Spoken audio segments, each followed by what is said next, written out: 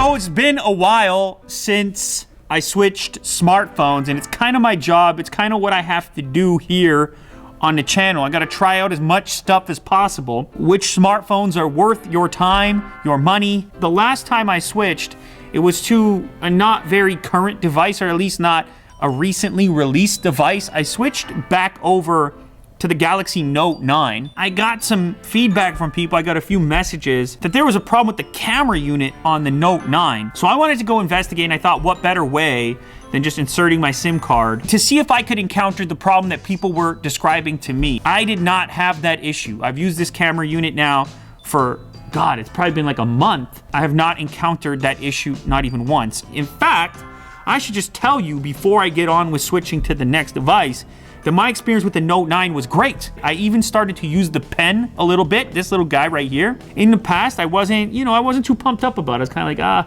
I don't know. This time around, I really wanted to make an effort to use it in certain circumstances, and I actually enjoyed it. The battery life on the device was awesome. I utilized the wireless charging all the time. The camera, a great performer, a fine performer. I started to use Samsung Pay a little bit. It can simulate the mag stripe, so you can tap it even on machines where vendors are like, that's not gonna work, and you're like, yes it is. I even used the headphone jack at a couple of different occasions. It's a worthy flagship device. Of course, still has the dedicated Bixby button, and Bixby launching just randomly sometimes. That's not something I want. As you can see, I have configured the entire interface here through Nova Launcher, but I can't sit on this phone forever. I need to experiment with the other stuff that's out there, and somehow, some way, the one device that slipped through the cracks because of these extended scenarios in which I've been using other devices is this one right here. This is the latest OnePlus, which I just grabbed, cracked it out of the package. This, of course, is the special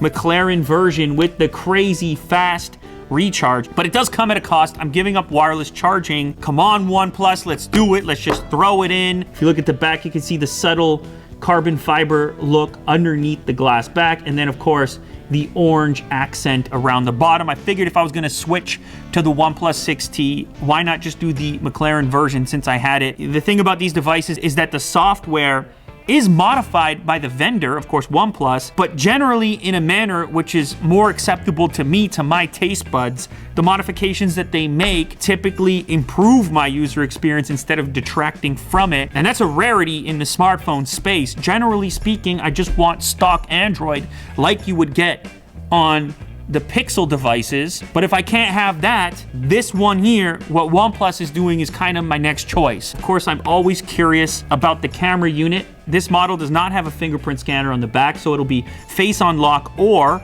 the front fingerprint scanner under the display. That'll be a bit of an adjustment. Also, very quick face unlock previously. Not the most secure in the industry, but rapid, very quick. So maybe I'll go back to using that a little bit, or at least testing it out. Is this still considered a budget device? I guess it depends on where you're located. This is the more expensive special edition. OnePlus has been incredibly popular in certain markets like India. I wanna see how this thing stacks up immediately after having used one of the more expensive devices in the world, of course. This guy right here. Willie Doo found the Note 9 for 800 bucks on Amazon, unlocked. And what about a regular 6T? $549.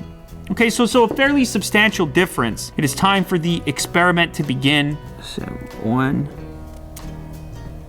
Okay, there it is, it's official. You see that, Jack? The SIM card's in there. What do you think? If you could switch to any smartphone right now, which one would it be and why? Leave a comment down below. I'm curious. Of course, the switches don't stop here. I'm gonna use this one for a bit and we'll see what's next.